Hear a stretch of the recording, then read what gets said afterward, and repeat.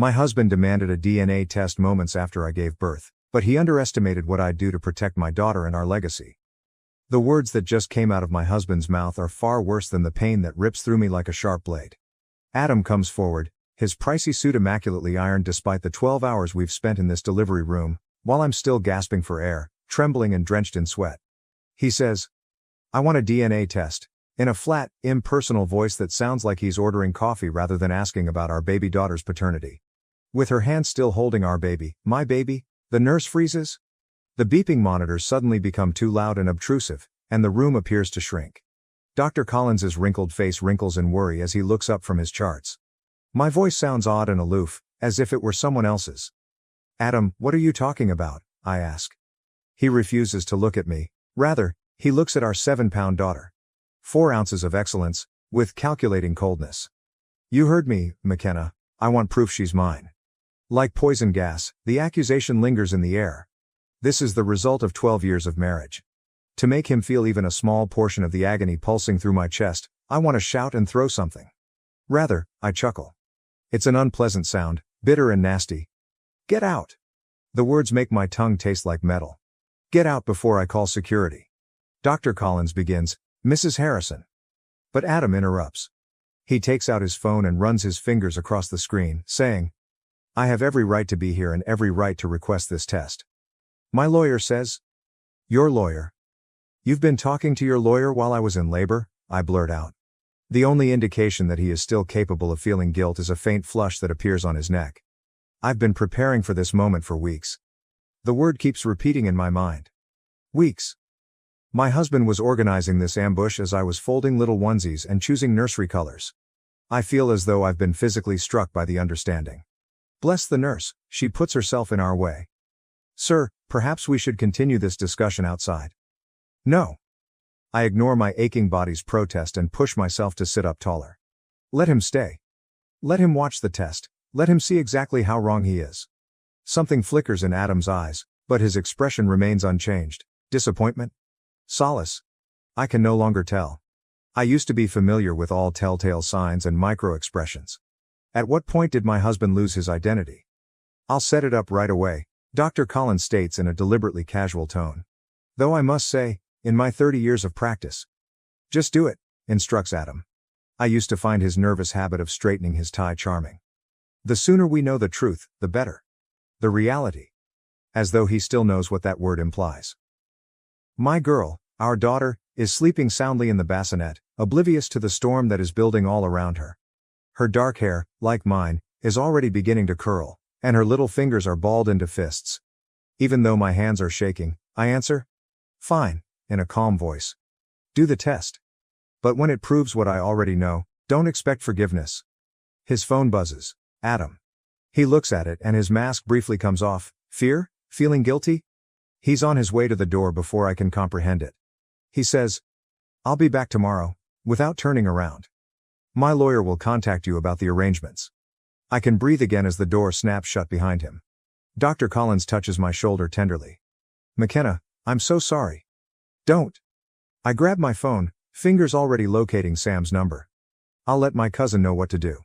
He always does. Just get me the paperwork for the test, and Dr. Collins, make sure it's witnessed every step," I respond. His eyes light up with comprehension as he nods. "Of course." I gaze at my daughter once more, committing to memory every exquisite feature of her face. Adam has no idea what he's started, regardless of the game he's playing or the falsehoods he's telling himself. After 3 days in the hospital, Sam feels as though his flat is a haven. As Tara bustles around the kitchen brewing tea, I curl up with Emma on his worn leather couch. My worries are calmed by the familiar smell of coffee grounds and old books, but my hands continue to shake. Saying, "He's changed all the locks," I observe Sam pacing. "Changed the security codes too. 12 years of marriage, and he locks me out like I'm some kind of criminal." With his journalist's notebook already stuffed with scrawled notes, Sam stops pacing. When exactly did things start changing with Adam? Think back carefully. The inquiry is a kind of gut strike. I close my eyes and attempt to remember when my marriage started to go apart. Maybe 4 months ago. He started working late, missing doctor's appointments. Said it was a big merger, the Preston Tech deal. Tara's expression is disturbed as she puts down a mug of chamomile tea. That closed months ago. I give it a quick glance. How do you know that? Tara looks at Sam and says, because my sister works in their PR department. The deal fell through in March. When Adam began bringing pricey new suits home. When the enigmatic business travel started. When he completely stopped caressing me. Sam taps his pen against the notebook and says, this is what doesn't add up. Why wait until the baby was born to demand a DNA test? Why not do it during pregnancy? Because he needed a scene, states Tara in a low voice. He needed witnesses. It dawns on me like a blast of cold water. He's building a case against me. Emma stirs in my arms, and I instinctively move her blanket. Her little face reminds me of how calm and trustworthy I used to be. Reluctantly, Sam says, there's something else. I made some calls.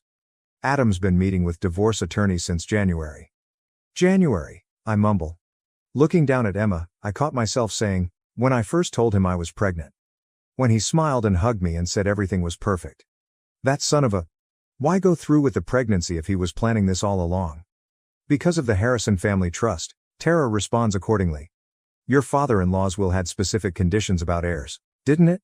Things begin to come together. Even when I say, the trust only pays out if there are legitimate children, my voice sounds empty. He needed proof the baby wasn't his to invalidate the claim. Sam's phone is buzzing. His face darkens as he looks at it. Adam just posted on LinkedIn. He's accepted a new position at Grant Technologies. Grant. The name makes me think of something. Wait, isn't that the company that tried to buy out Harrison Industries last year? Sam concludes. The same one your father-in-law refused to sell to before he died. We all jump when someone knocks on the door. Glancing through the peephole, Tara takes a rapid step back. It's Adam. Don't open it, I say, holding Emma tighter. Adam's words, McKenna, echo through the door. I know you're in there. The DNA test is scheduled for tomorrow morning. My lawyer insists you be present. I take Sam's arm as he approaches the door. Wait. Let him talk. Adam goes on. You're making this harder than it needs to be. His voice becoming almost soft. Just come home. We can work this out. I slowly get to my feet so as not to wake Emma. Work what out, Adam? The lies? The secret meetings? Or how about the trust fund you're trying to steal? Quiet. Then. I don't know what you think you know. I know enough. I no longer tremble when I say this. I know about Grant Technologies. I know about the divorce lawyers. And soon, I'll know everything else too. One more pause. The veneer of tenderness vanishes when he talks again. You have no idea what you're dealing with. Neither do you. Something hardens inside me as I gaze down at our girl, my daughter.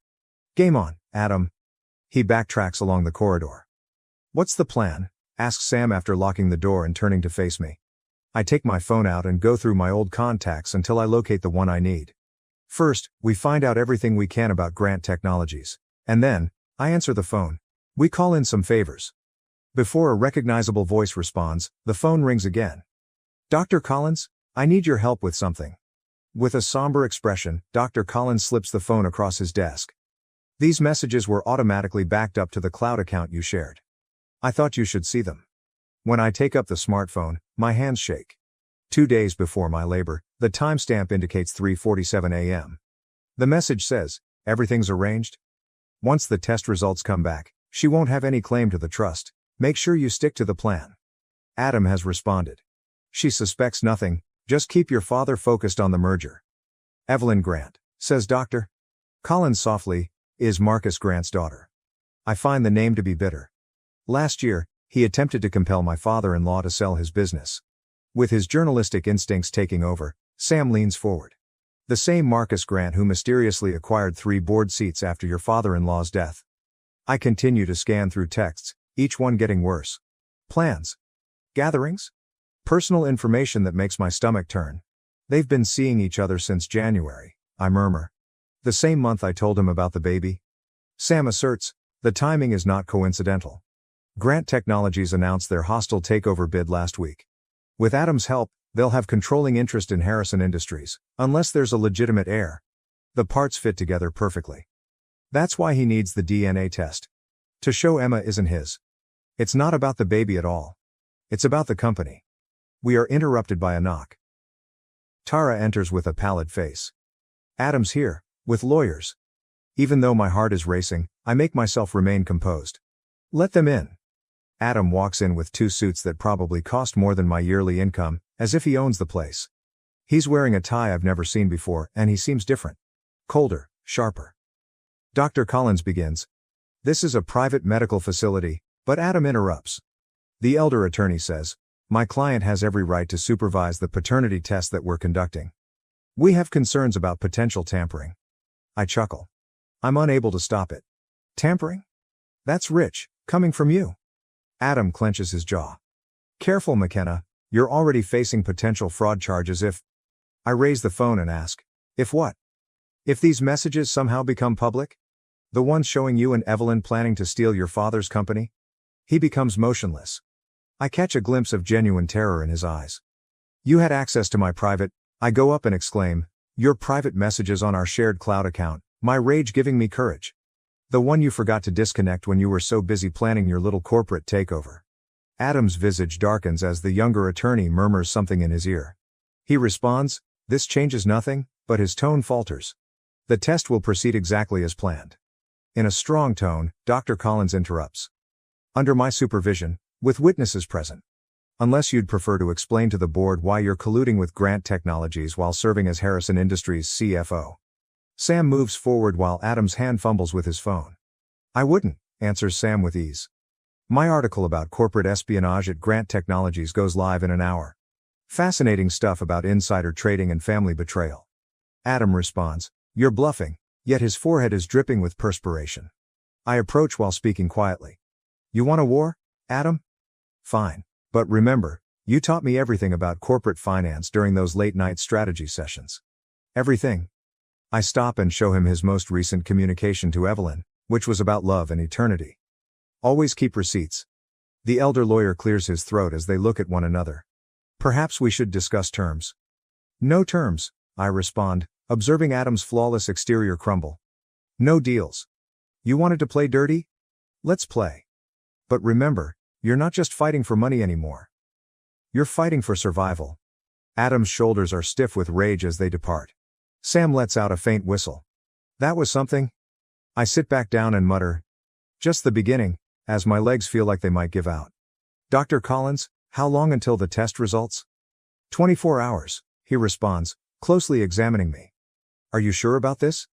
Once we start, I interrupt, I'm sure, in a firm voice. I look at the picture of him and my father-in-law during his medical school graduation that is on his desk. He trusted the wrong people. I won't make the same mistake. Sam gives me a shoulder squeeze. What's next? I take out my phone and navigate to a number I never would have imagined using. Next, we talk to Evelyn Grant. It's time she learned what kind of man she's really dealing with. With its sky-high steel and glass, the Grant Technologies lobby shines with riches and power. Feeling small, I shift Emma's carrier on my arm till I see my reflection in the gleaming marble. Adam got me this suit for board meetings, and it's one of his favorite suits. The armor is what counts, even though it fits differently now. The receptionist says, Miss Grant is in a meeting, without even looking up. I say, tell her McKenna Harrison is here, in a firm voice. With her fiancé's baby. Keys no longer click. Her eyes enlarge when she notices Emma's dark locks, which resemble Adam's a lot. Evelyn Grant and I are seated opposite one another in her corner office 5 minutes later. She's younger than I anticipated, and she's immaculately groomed in a way that befits careful breeding and old money. Her 3-carat princess-cut engagement ring, which is identical to the one in Adam's browsing history, catches the light. She claims, I don't understand, but her hands deceive her by twisting a pen till her knuckles turn white. Adam never mentioned a wife, a baby. Emma fusses, but I handle it with practiced ease. Funny how those details slip his mind when he's planning corporate takeovers. The color fades from her face. You can't prove. With screenshots visible, I move my phone across her desk. Actually, I can. The question is, what will your father say when he learns his perfect future son-in-law is still married? That he's using your relationship to manipulate Harrison Industries stock?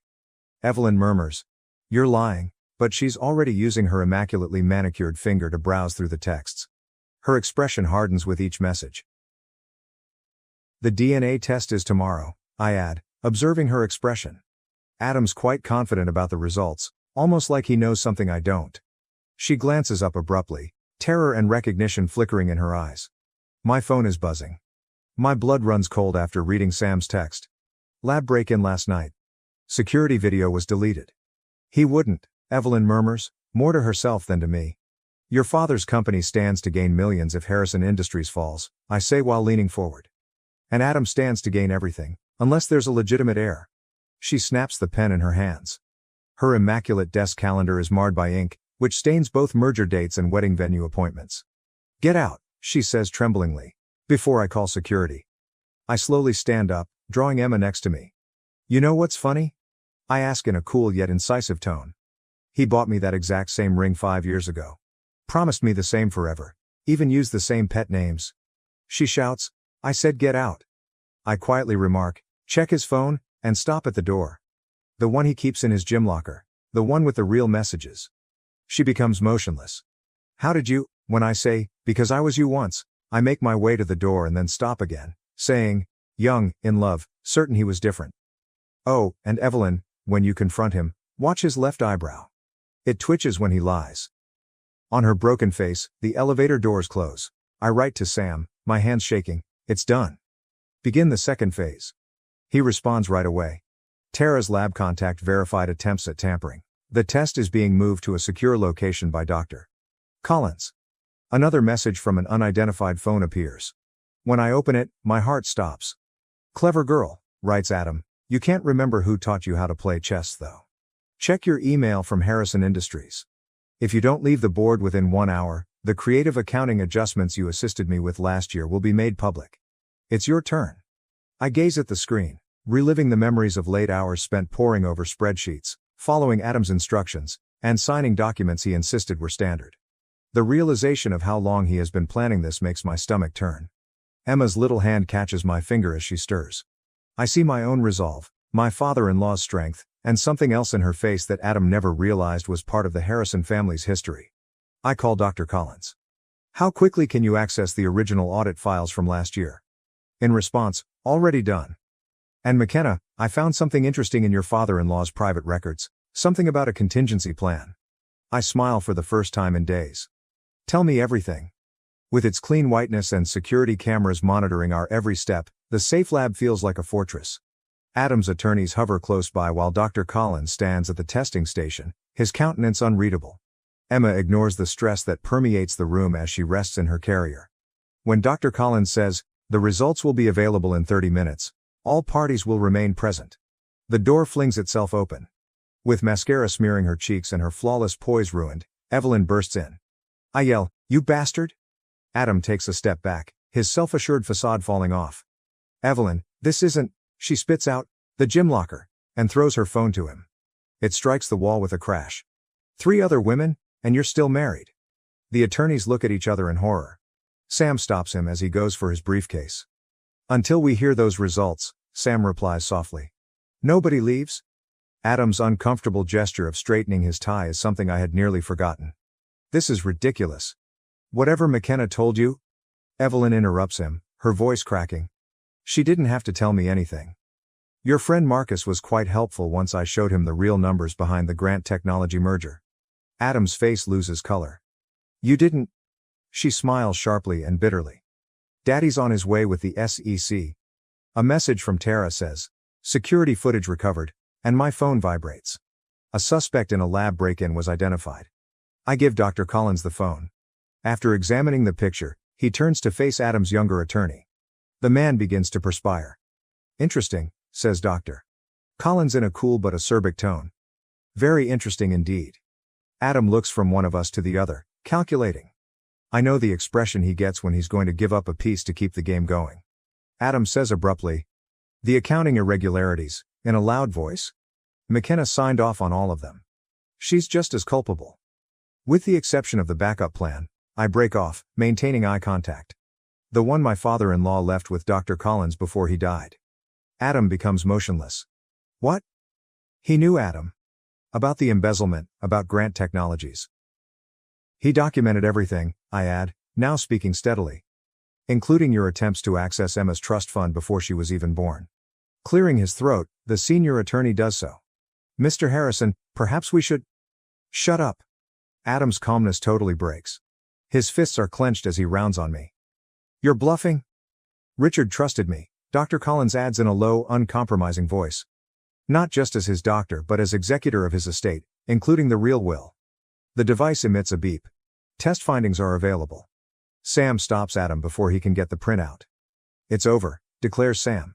The SEC has everything: fake DNA test orders, embezzlement records, even your deals with Marcus. The hall reverberates with the sound of heavy, deliberate footsteps. Adam steps back from the entrance.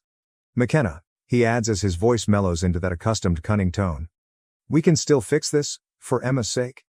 I say. Don't you dare. With words that burn like acid. Don't you dare use our daughter as a bargaining chip. The door opens.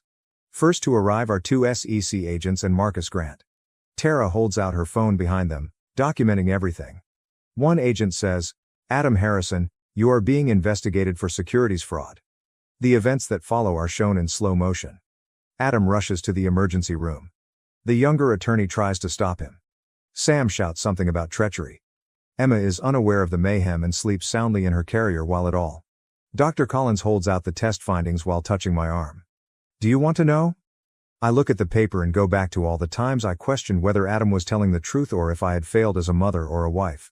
I eventually respond, no, as I see my spouse get handcuffed by SEC officers. The results don't matter anymore. She's my daughter. That's all I need to know. Marcus Grant walks up, his expression solemn. Mrs. Harrison, we'll need your testimony tomorrow. I pull Emma in close. Right now, I'm taking my daughter home. I hear Adam yelling my name as we head out, desperate now, realizing what he's lost. I don't turn around. Not every game is worth winning. Some successes come from letting go rather than seeking retribution. Lawyers, testimony, and struggles for control of Harrison Industries are all part of tomorrow. But I've got all I need in my arms tonight. The boardroom at Harrison Industries is cooler than I recall. After the SEC probe was made public, half of the board left, so perhaps that's why there are empty seats. Perhaps it's the way Sam avoids eye contact with me or the way Dr. Collins is constantly looking at his watch. Marcus Grant spreads paperwork across the gleaming table and declares, the evidence is conclusive. The results of the DNA test were changed before they were sent to the lab. Adam's new attorney cuts in with a suave voice, however. Mrs. Harrison was complicit in the financial irregularities, according to my client. Even I sound hollow when I explain, the signature on these documents was forged. I never. Can you demonstrate it? More documents are slid forward by the attorney. The evidence from these trading records indicates otherwise. During the relevant period, there were significant transfers to your personal account. As I recognize the account numbers, my hands shake. It's our joint account, the one Adam ordered I cease keeping an eye on since he had it handled. This is absurd. Sam stands up suddenly. McKenna allegedly approved these transactions while she was on maternity leave. The lawyer has a shark-like smile. Timestamps indicate otherwise. The doctor clears his throat. Marcus Grant continues. The contingency plan has been compromised, his words tumbling like stones. Last night, someone gained access to Richard Harrison's personal documents. Everything is gone.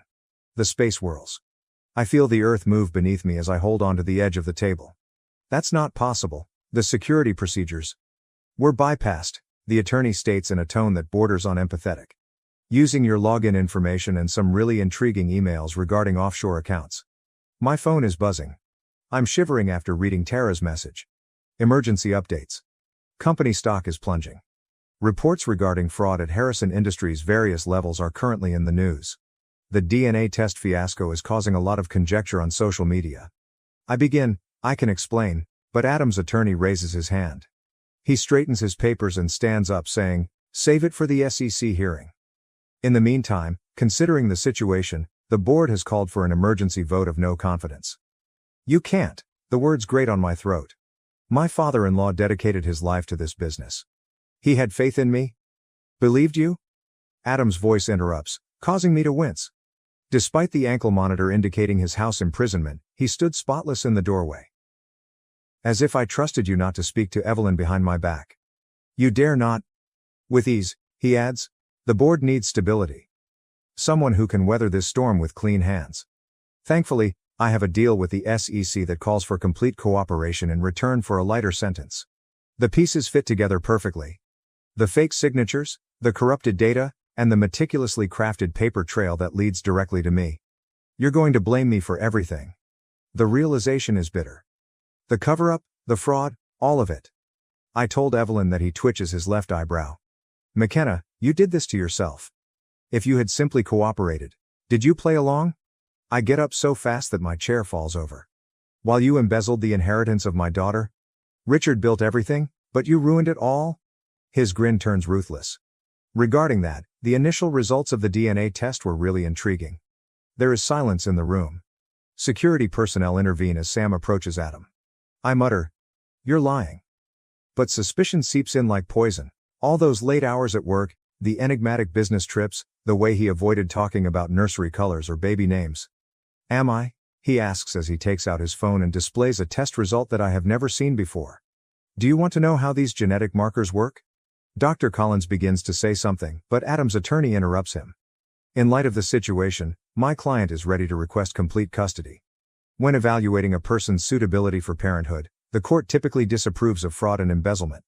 The world becomes extremely small. I saw Emma's face, her dark locks, her little fingers. Her early giggles and nighttime sobs are audible to me. The only thing that has felt genuine since this nightmare started is the weight of her in my arms. Adam whispers, "In an hour, the board will vote. Sign over your shares, resign immediately, and perhaps we can set up supervised visitation." I sway and Sam takes my arm. Don't, McKenna.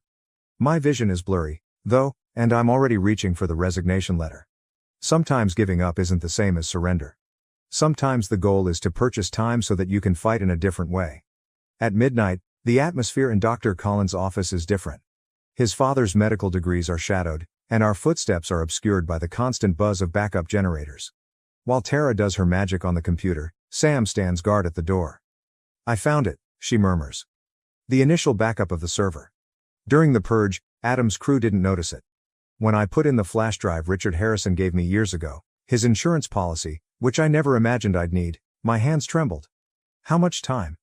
With her fingers gliding over the keyboard, Tara responds, 10 minutes to decrypt. If the passwords that your father-in-law used are still valid. The door slams open. Adam is standing there with 2 security officers on either side of him, his ankle monitor glaring accusingly in the dark. He replies, "I knew you'd try something desperate," as he enters and adjusts his handcuffs. "However, breaking and entering? That will appear awful during the custody hearing." Sam shifts between us. "How did you discover?" Adam's eyes do not meet his smile. "Dr. Collins isn't as devoted as you believed. Everybody has a cost. Like the cost of Evelyn, the words have a harsh taste? Or did she only serve as a stepping stone?" For a moment he loses his cool. "You're not aware of the stakes." Behind me, Tara whispers. 7 minutes. Adam narrows his gaze. "It won't matter what you're attempting to recover. Tomorrow morning, the board will cast its vote. Your resignation has already been handled." As I watch the progress meter creep, I remark, resignations are a funny thing.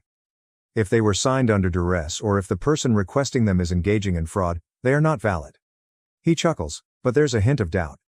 "There is nothing you can prove." 15 minutes, Tara replies. Adam gives the guards a signal. "Stop it, right now?"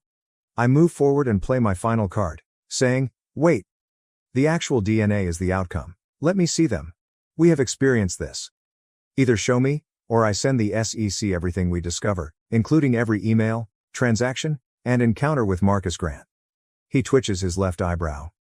"You're playing a bluff." 3 minutes, declares Tara. The security personnel approach the PC. Sam stiffens, prepared to step in. Adam's words, "She's yours," stop everyone cold. The actual DNA test demonstrates that she is yours. I needed leverage, so I changed the outcomes. I just sense clarity, even though the admission should be painful. In any case, you never desired her, did you? She was merely another resource to manage. For 2 minutes, Tara replies. At last, Adam's facade breaks. "Do you believe this has to do with a baby? Power is at issue here. Command. All of the promises Richard made to me when he appointed me CFO," I whisper. "He promised you a legacy, not a kingdom to steal." A minute. Adam makes a foray towards the computer. Tara shields the screen and Sam stops him. Something, a phone I've never seen before, drops out of Adam's pocket amid the confusion. I pick it up and immediately see the texts. Plans to dismantle Harrison Industries for parts, discussions with Marcus Grant, and something else, Dr. Collins' correspondence. Tara declares gleefully, "It's done. Everything has been decoded." Adam becomes motionless. You should avoid opening that file. However, I already am. The room is filled with the voice of Richard Harrison, who made a video confession just days before he passed away. He gives names, explains plans, then offers a last surprise. Now that I finally understand, I tell Adam, the company was never yours to steal. Before he passed away, Richard made a revision to his will. He gave Emma the reins of power. Adam says, trembling, impossible. She was not born at all. I show him the will's date. Adam, he was aware. Almost everything, including the fraud, the affairs, and the agreements with Grant Technologies. You've been playing the exact game he anticipated the entire time. In the distance, police sirens blare. Adam's expression changes to one of rage. You believe you've triumphed? The board, the proof, and your signed confession are still with me. Check your phone, Sam murmurs. The one you just dropped, the real one. Evelyn's father pulling all support, Marcus Grant cutting agreements to save himself, the SEC renewing their investigation, and Dr. Collins sent one last message. I kept my promise, Richard. Adam's eyes widened as the messages poured in. The heritage of your granddaughter is secure. Adam collapses, his empire of lies crumbling around him, as the police storm in. However, I'm already leaving while seeing Emma sleeping soundly at home. Some victories are about defending what's most important, not about winning. The turmoil from last night can still be heard in the Harrison Industries boardroom. The doorway is crossed by police tape, and the conference table where Adam's empire eventually fell apart is covered in evidence markers. Richard Harrison's personal files are in the leather portfolio that Dr. Collins hands me. He murmurs softly, when the time was right, he wanted you to have these. I discover a note inside, buried beneath years' worth of financial documents and business plans. Richard's decisive handwriting is still visible despite the paper's age and the ink's fading. My beloved McKenna, you'll know by now why I picked you to guard Emma's inheritance, not because you're Adam's wife, but because you saw what he couldn't. Stock prices and merger agreements don't measure legacy. It is ingrained in choices, in choosing to defend instead of destroy. Emma is fussy in her job. I reposition her blanket and notice my image in the shadowed windows. Somehow I appear different, stronger, perhaps, or simply more certain. Sam shows up at the door. The SEC wants to take another look at the video testimony. Evelyn Grant is also present. When Evelyn walks in, I anticipate fury, but all I see in her eyes is tiredness. According to her, the board approved the dissolution of the merger attempt. Daddy is resigning? She twists her now ringless fingers and rambles. The scandal. I tell her, I never wanted this. Most of it is true. Neither did I. Her expression softens as she turns to face Emma. He also promised me children, you know. A future in which I genuinely had faith. I respond, I know, since I did the same once. The doctor clears his throat. The new members of the board are ready. They will require guidance about the company's future. Richard's letter about choices and legacies comes to mind. Inform them that we are reorganizing, beginning with the charitable foundation. Funding for programs that assist single parents should be doubled. From where she sits at the computer, already working on the press release, Tara smiles. Our attention is drawn to a disturbance outside. I watch through the glass walls as federal officers carry Adam away, his flawless suit rumpled and his confidence mask finally shattered. He looks at me and begins to say something, but I look away. There are some discussions that are not worthwhile. Dr. Collins pulls out another envelope and says, there's something else. Regarding Emma's trust, your father-in-law left detailed instructions. It's a challenge, not simply money. Projects for community investment must equal every dollar. Finally comprehending, I chuckle. He ensured that the legacy would not be taken. It must be earned. Speaking of income, Sam adds, corporate corruption and the price of truth, an investigative piece that recently went live, although I believe karma in the boardroom, sounded more appealing. I decide, no more karma, as I watch Emma fall asleep. No more retaliation either. Just moving forward. Dr. Collins' eyebrow goes up. And Adam? After closing Richard's portfolio, I said, we face justice through proper channels. I've had enough of his games. Evelyn gets up to go, but stops at the door. She nods to Emma and says, for what it's worth, I think Richard chose well, not just for the company, but for her. When she leaves, I stroll over to Richard's former workplace. His nameplate, which will shortly read Harrison Industries Trust Management, is still displayed on the door. His presence permeates every thoughtfully selected detail inside. One final message, dated the day of his death, is slipped inside his desk calendar. Remember, knowing when to stop is more powerful than knowing when to fight. Fortunately, none of her father's calculations are used when Emma wakes up and demands attention. I pick her up and inhale that wonderful infant smell. "Are you prepared to return home?" From the doorway, Sam asks. As I grab our belongings, I correct him, "Not home. Going forward." Reporters wait outside with inquiries concerning scandal and atonement. Lawyers, reorganization plans, and countless decisions regarding Emma's future await us tomorrow. But now, in this silent triumph, I realize what Richard has known all along. Sometimes the best form of retaliation isn't demolishing what other people have created, but rather creating something better out of the ashes they left behind.